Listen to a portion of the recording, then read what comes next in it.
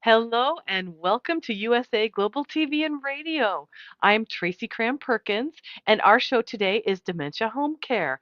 I invite you to subscribe to our YouTube channel, USA Global TV and Radio.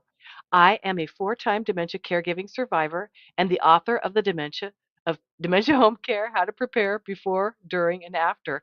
And joining me today is Dr. Danielle Lord of Archetype Learning Solutions. Welcome, Danielle. Hi, Tracy. Happy to be with you. Happy to be having this really important conversation with you today. So, for the folks that don't know you, can you tell us a little bit about yourself and your journey? Sure. I have spent 25 years of my 32-year career in healthcare.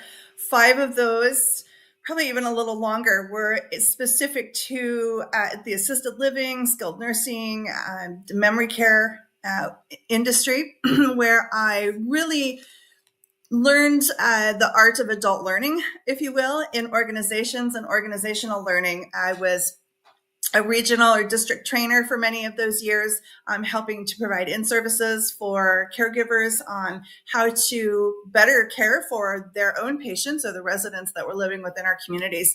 So I had the first Washington State certified medication administration cart training, where caregivers under the watchful eye of an RN or an LPN could pass medications to residents. I did some of that myself on a few occasions, and I had the first Washington State approved dementia care training that was initiated within the community where I was an active member as an educator. So spent lots of time doing other things within healthcare. I worked statewide and nationally on the nursing shortage, went into physician leadership development at an enterprise level and spent about 13 years doing that. So have a long history of education and adult learning, particularly within healthcare, and found my way back into this fascinating world of dementia care, long-term care, and healthcare. And there's still so much to learn and so much opportunity to share with others. So I'm really happy to be with you today. So, how did you come up with your dementia program? What were the steps that you took, and what were you looking at? When for the dementia care training, I really wanted it to be something that was far more robust than what was currently in the marketplace. I was inspired by, was Gentle Care at the time, and forgive me, I cannot remember the gal who came up with the concept and the curricula around Gentle Care, but I built my entire program around that. I was very fortunate to be working at the corporate level at the time for a gentleman named Lee Field, who is still very active in the community in Gig Harbor. And he said, you need a week, you want to take 40 hours, you want to take 80 hours to provide this level of education for our caregivers. I'm happy to allow you to do that. And so very fortunate to be working for someone who allowed me to have that much time to educate our caregivers. But I really wanted to make sure that our caregivers understood the experience that our residents or patients were going through. So it was a very experiential education opportunity.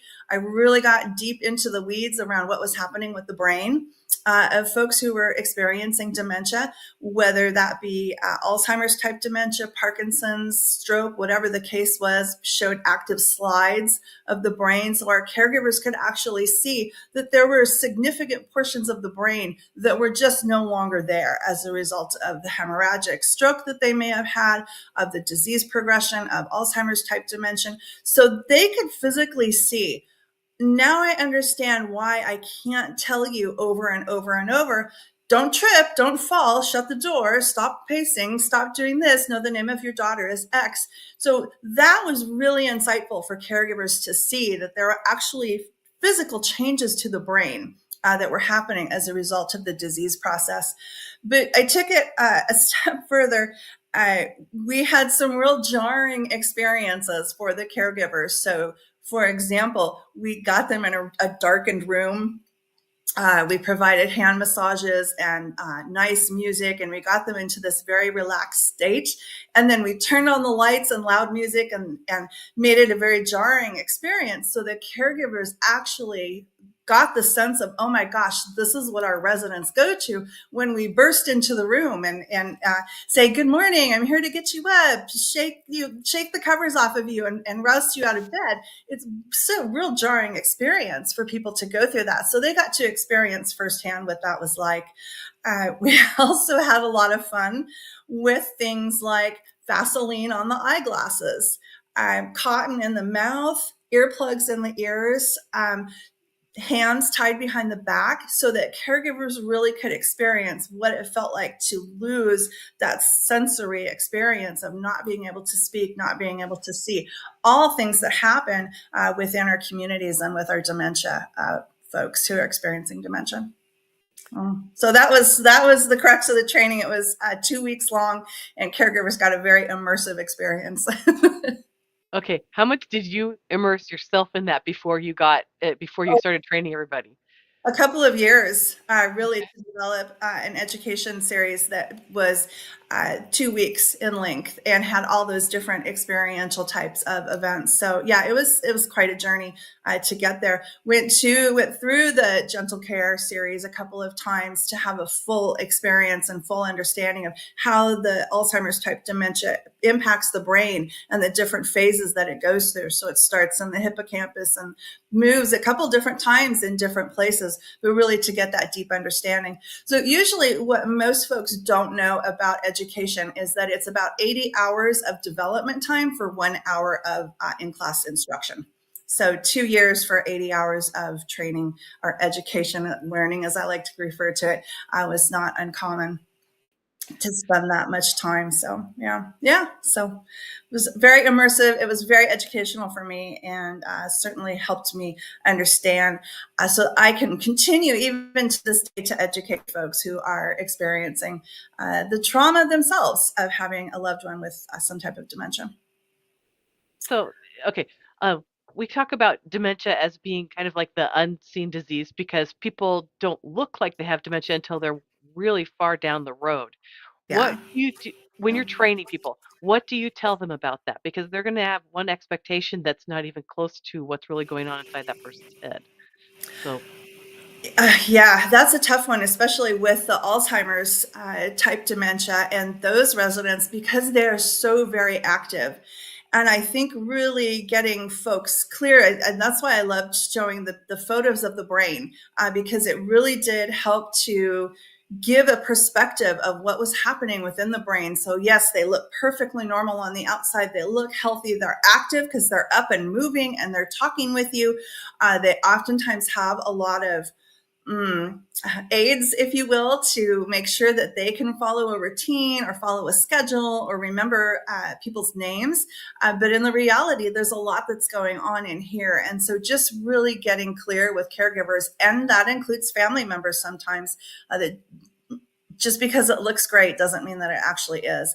And those folks are experiencing a significant amount of anxiety as they themselves are going through that disease process and wondering, why can't I remember the name of things? Why can't I relate to that this is a pen when I keep calling it a fork, or whatever the case is, that apraxia and that aphasia that sets in as part of the disease process. So just really a constant reminder that just because things look normal doesn't necessarily mean that they are, and being very cautious about some of those little things that might indicate something else is occurring within the brain, within what's really going on with that person.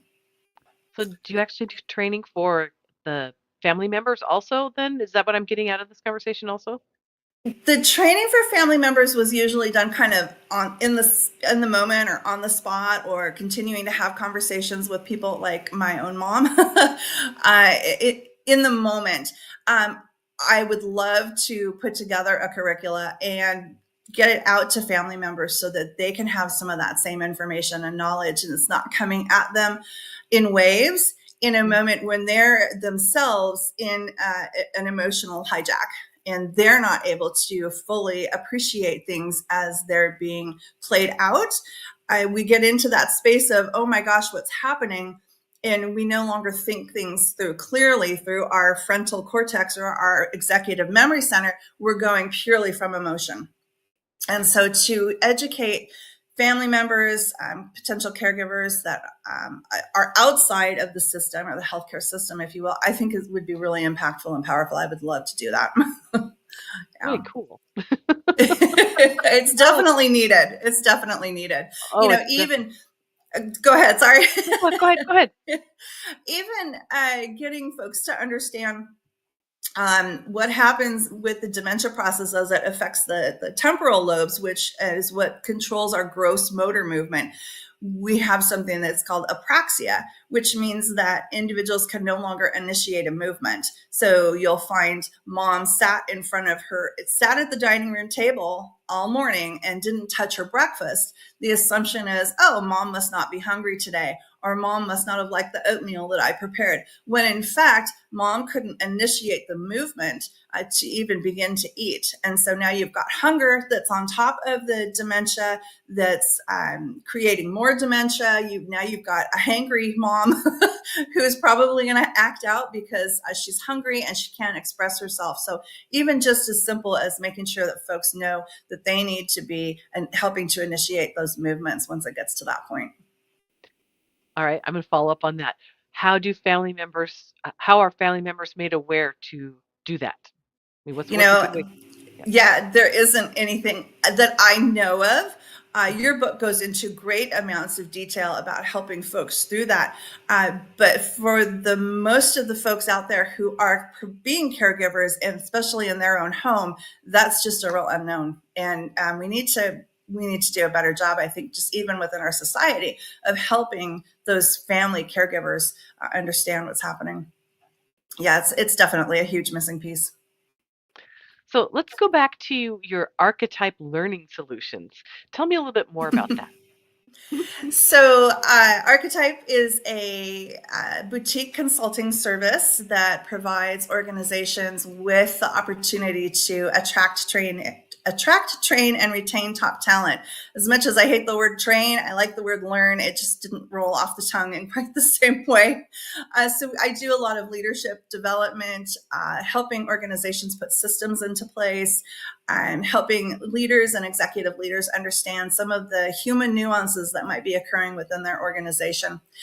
These are oftentimes the same human dynamics and nuances that prevent learning from being sticky, as we call it, learning stickiness. So I put you through an educational opportunity.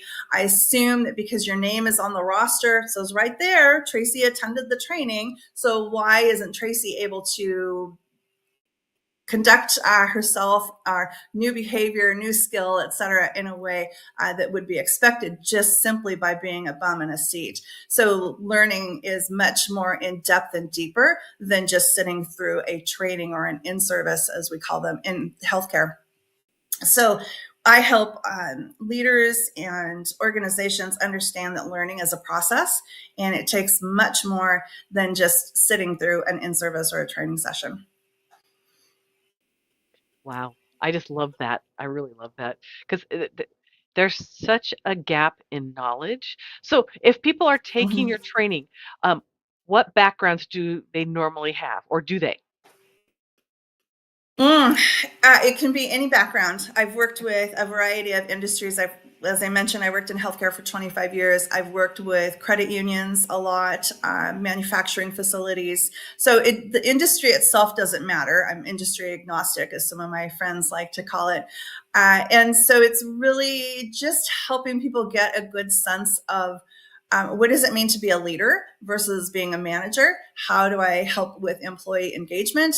And how do I just create an overall better organization where my folks, my employees, my team members want to be there, and they're helping to make a difference. And we see a real lack of engagement right now in every industry, and that's having an impact on everyone, particularly care and providing care for one another, and not just our patients, but each other as well. And when we're not providing care for each other, we're creating an environment where no one is thriving. Everyone's failing. That's a big thing to chew off. That is such a huge. I, I have to say that as a somebody who's gone through the family side of this, not the medical side of this, Mm-hmm. I am in awe. Thank you. It's fun work. It's a lot of fun. And at the time when I really made the decision to move in this direction, I had to have one of those crucial conversations with myself, because I was on the operations track of being an administrator and wanting to get more into the role of, the operations and the business side of things. And I looked at my bookshelf and I thought, this is not who I am. This is not what I do. And so how do I kind of remove myself from that operations role and move more into this kind of education piece? So it was, I think it was a good decision. It's what I do naturally. So, but it did give me enough experience in that operations role to really understand what happens in the long-term care industry from being in that seat. And you've got to be active. You've got to be out there. You cannot put yourself in the office and stay there all day, mired in the minutia of a spreadsheet. Lots of bad things happen that way in any organization. So I can imagine. I can. So, what has been some of your favorite feedback from people that have taken your course? Oh gosh, I was at a Christmas party last year for an organization that I worked at. I did the leadership development for that particular enterprise. And I walked in, and a gentleman that I didn't recognize, I felt really bad, but after you have, several cohorts of 30 individuals go through your courses, sometimes faces can get a little bit muddled, but and he said, oh my gosh, you changed my life with the leadership development. So that was really that was great feedback. Oftentimes a lot of my graduate students, when I was teaching at the graduate level, also gave me really great feedback. But it's nice to know that when you help folks really get a good sense of who they are at their core, it can actually be very life-changing for them and for others that they're in contact with. And I think that's the real beauty of leadership development, is that it transcends the organization, and it impacts how we communicate with our loved ones. So can change, yeah, our relationships overall, our spouses, our kids, our friends, etc. So Well, let's circle back to the dementia portion of your training. Um, do you currently offer anything for the family home caregiver? Right now I am involved on the periphery with a group called Compassionate Connections, which is providing a memory cafe for those with recent diagnosis of dementia and their care partners. And that's happening in Gig Harbor once a month, where folks can come and get a variety of resources to help them through the struggle of working with family members who have dementia. And oftentimes, and this is a tough pill to swallow, but oftentimes the family member with dementia will outlive their care partner, particularly if it is a spouse type of situation, because the work is so mentally, physically, and emotionally exhausting. So having an outlet to bring in those resources to help folks succeed and know where to turn to get education, to understand what's happening as the brain begins to work through the process, is really powerful in helping those folks have a better quality of life, both for the person with the dementia diagnosis, but also for their care partner. Secondarily to that, go ahead if you want to No, go comment ahead. on memory care, because actually you're involved in that too. I didn't want to spill those beans. It's okay. But I just did. Oh, so okay, let's talk about the things that we are doing for training people through the memory cafe, and can you describe for folks what a memory cafe is? Since it would sound kind of odd with me doing it. Yes.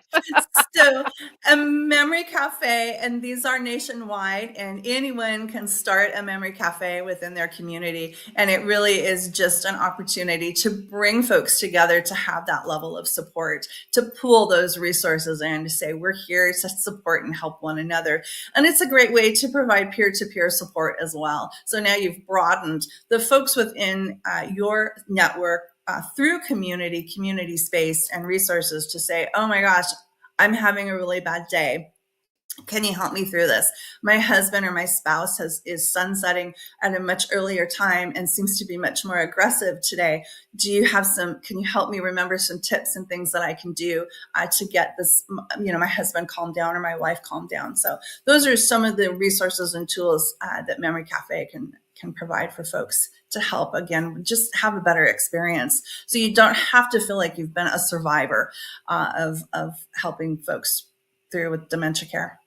So That's wonderful. That is so cool. it's a great resource. It's very, very needed. Very, very Um, needed. so what other things are you doing with your programs? Are you branching out, or what sorts of things are you doing right now? So I am launching a Compass, which is intended to be peer-to-peer support for caregivers and clinicians. Compass is coaching or mentoring for providers affected by stress and strain. So I'll say it again, coaching or mentoring for providers affected by stress and strain.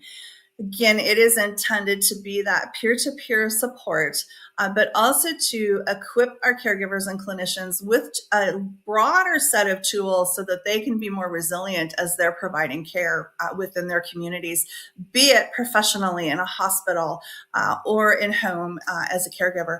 So there is a lot of trauma that occurs in healthcare and that might occur within the hospital. It occurs on the roads with our EMTs and our firefighters. It occurs within our memory care communities as well. And that trauma over time and repeated, oftentimes it is, sometimes even daily in hospitals, creates burnout. And it also creates something called compassion fatigue. So if I'm experiencing trauma over and over and over, and I have no way for emotional regeneration or healing, I'm eventually just going to say, I'm done. I'm going to leave the profession for something that isn't as taxing, or I'm just no longer going to care and provide as much compassion as I once did when I entered into the field. So that's what Compass is all about. We offer a pool of professional resources like coaches, art therapy coaches, nutrition coaches. Oftentimes, people who have experienced trauma will turn to some bad habits because it feels good to eat a whole bunch of eclairs in the moment. It's a little bit easier than having to try and cope with some of the things that they've experienced. So we've got nutrition coaches, we've got trauma coaches, counselors, etc.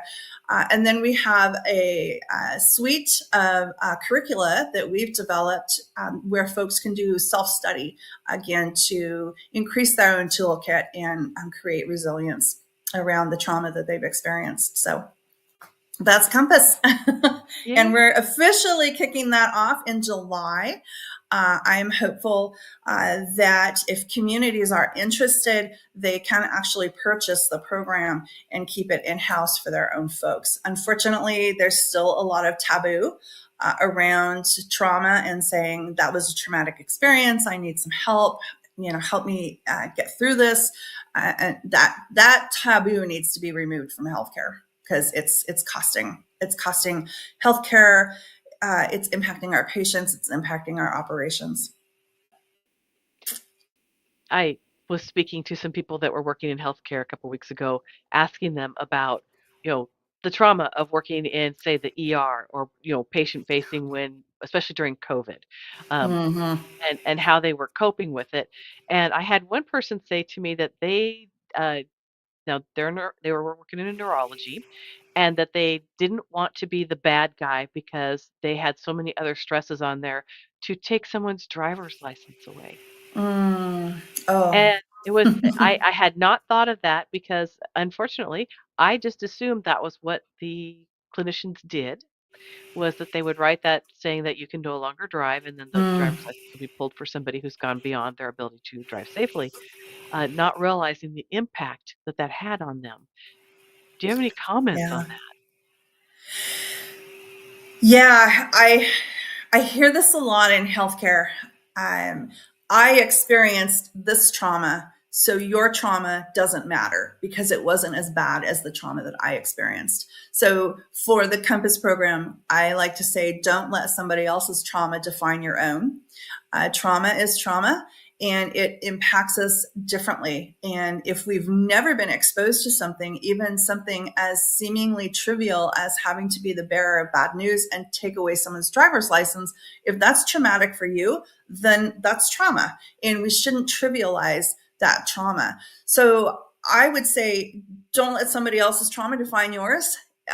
It's trauma for you, and we can provide help and solutions for that. But again, this is what we need to get past in healthcare, is that it doesn't have to be a bad, awful thing. And when even the little things pile on and pile on and pile on, that in and of itself is big, life altering trauma. And it's sometimes the little things, right, that tick away. It's death by 1,000 cuts, if you will, one after the other after the other. And that can be incredibly impactful and disruptive for us as people and our ability to want to remain in the profession that's already taxed, or to provide care. So I would say, yeah, trauma is trauma, and all of those things add up. Okay, now I'm going to throw a loop in here because you and I earlier this week, or it was last week, I don't know. I know it was just yesterday, talked about ambiguous loss. Mm. So, does your program for caregivers or healthcare professionals deal with ambiguous loss on their end? Because that's different from what, say, somebody that's in the family member caring for them um, has ambiguous loss. But what about for the caregivers themselves in the medical profession, medical setting?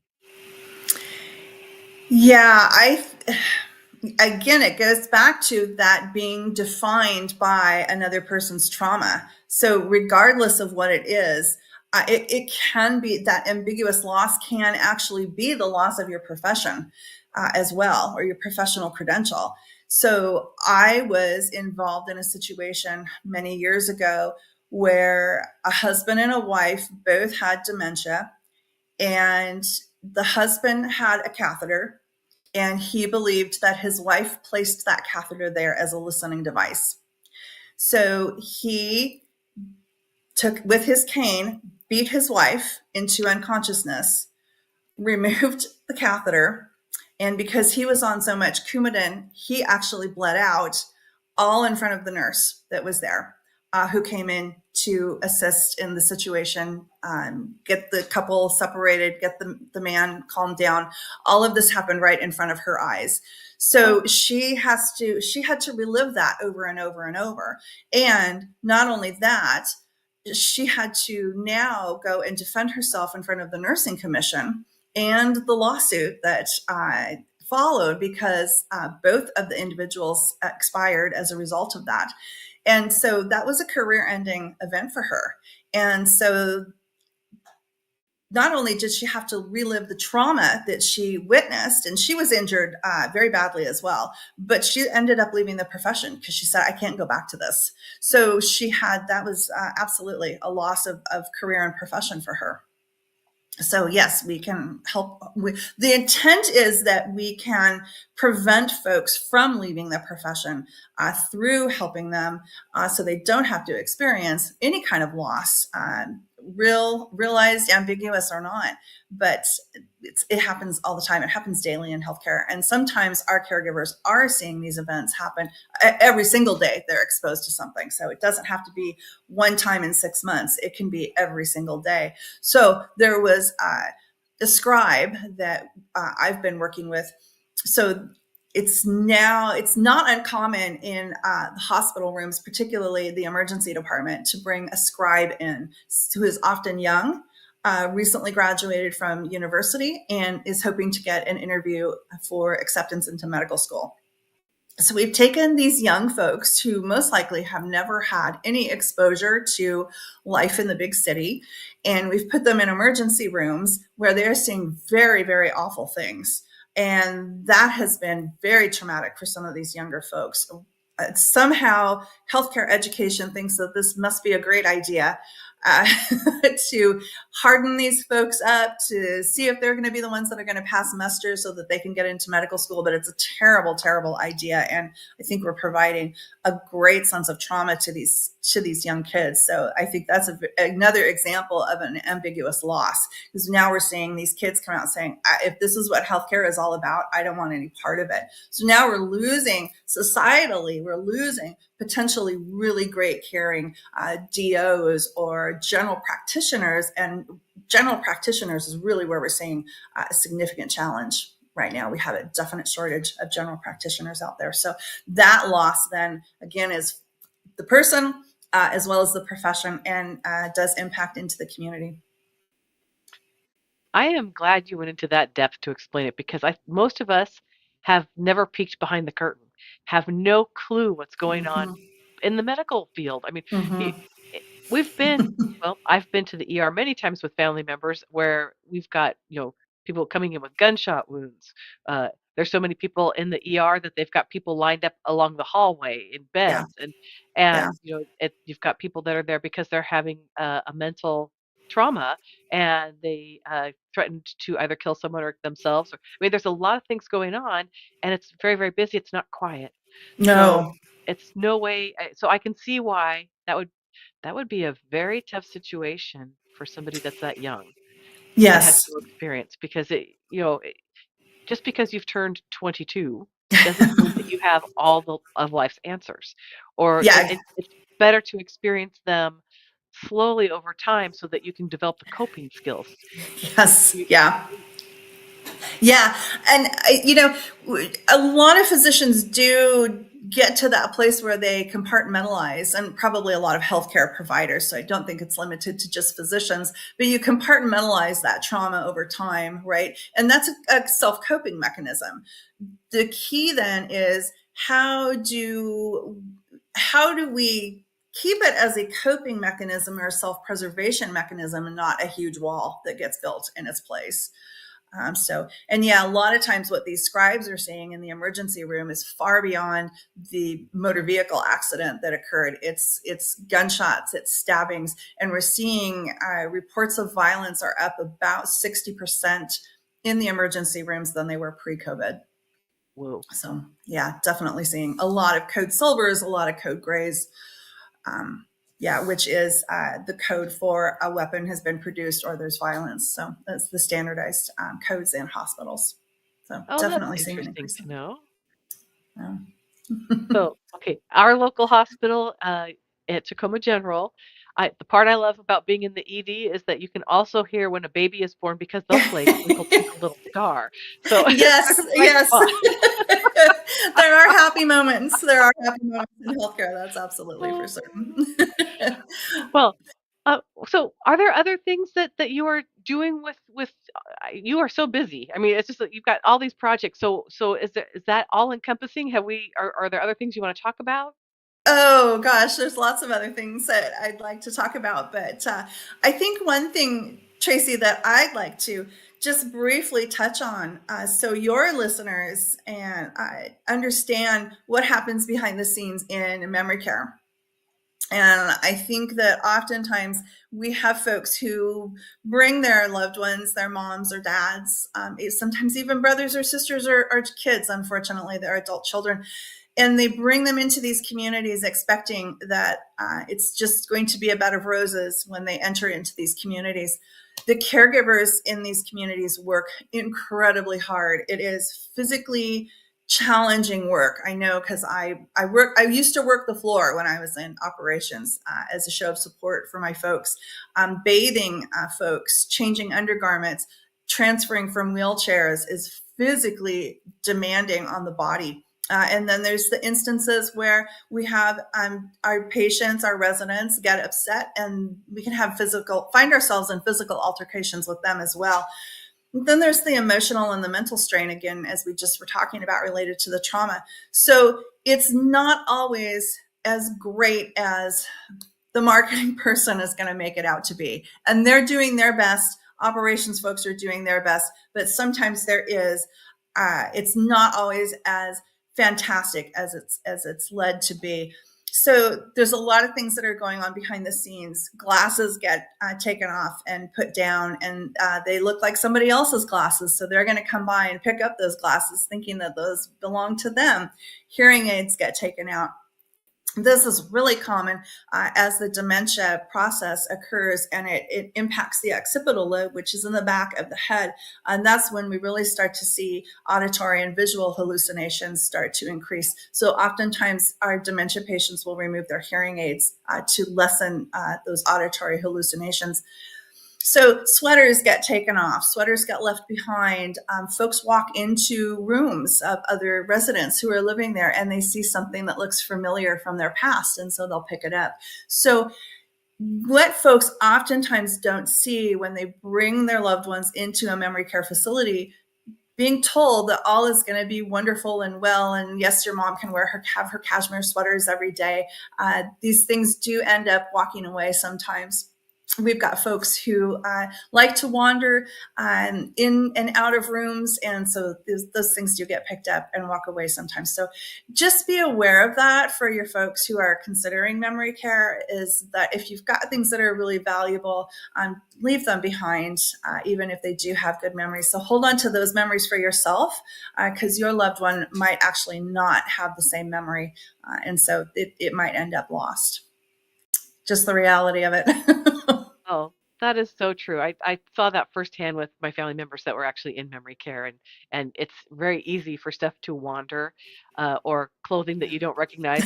I knew enough not to melt down because by the time I got to number two or number three, it was like, okay, I see this happening. Yeah. So I, I Yeah.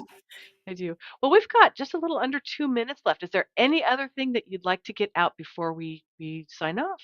Boy, that went really fast. Yeah. uh, I would say if you're experiencing, as a caregiver, caring for someone with dementia, it's challenging work, and really do look to resources like Tracy's great book, other folks who are in the community providing resources of care. Get some respite care for yourself, but really truly do get educated about what it means to be caring for someone with dementia. And also recognize that a loss of mobility, poor nutrition, dehydration, even UTIs, urinary tract infections, can all mask and be acute forms of dementia that might actually be making the chronic dementia that much worse. So good things to be keeping an eye on. If you see a sudden change in behavior, begin to investigate what else might be going on, because it is possible to reverse a little bit of that chronic dementia just through good nutrition, mobility, positive interactions, so we don't experience depression, etc. So hopefully I didn't go on too long with No, that. that's perfect. Well, Danielle, thank you so much for joining us today. Thank you. Always good to see you, Tracy, and hope to see you a couple more times this week. So Possibly. Uh, well, and to our audience, I'd like to thank you for spending the time with us. We'll be back on June 18th, and our guest will be Deanna Vigliota. She is the co host of Continence Chats podcast and the national sales manager for Sunny Continence products. In the meantime, you can go over to our YouTube channel, USA Global TV and Radio, and look for the Dementia Home Care playlist, where you will find all the past episodes. Thank you to the wonderful Dr. Jacqueline for all her hard work behind the scenes today, and thank you to our sponsors for making this possible. See you next time, everybody.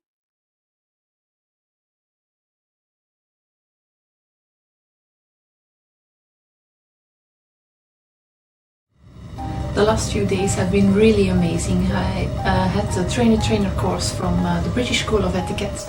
And I must say it's been one of the best decisions I've ever made and one of the best investments I've made in my own training and development.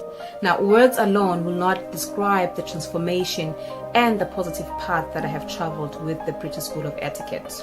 I find really I learned a lot from the lessons this time I came. The last few days with the British School of Etiquette have been fantastic. And what I've learned now is really beyond my expectations. This is the most rewarding experience and the best investment I have made this year. It was just great. I learned so much, and when I go back to Belgium I will incorporate a lot of it into my day-to-day life and business. It's been absolutely wonderful for the whole week that we were here. I feel transformed, and I feel like blowing a trumpet and tell people, come and do this school, this class is the best, this is the best school ever. You should take it. It will change your life immediately. I am now able to teach other people how to bring the best of them. Thank you. Thank you, BSC. Thank you. Thank you so much. Thank you.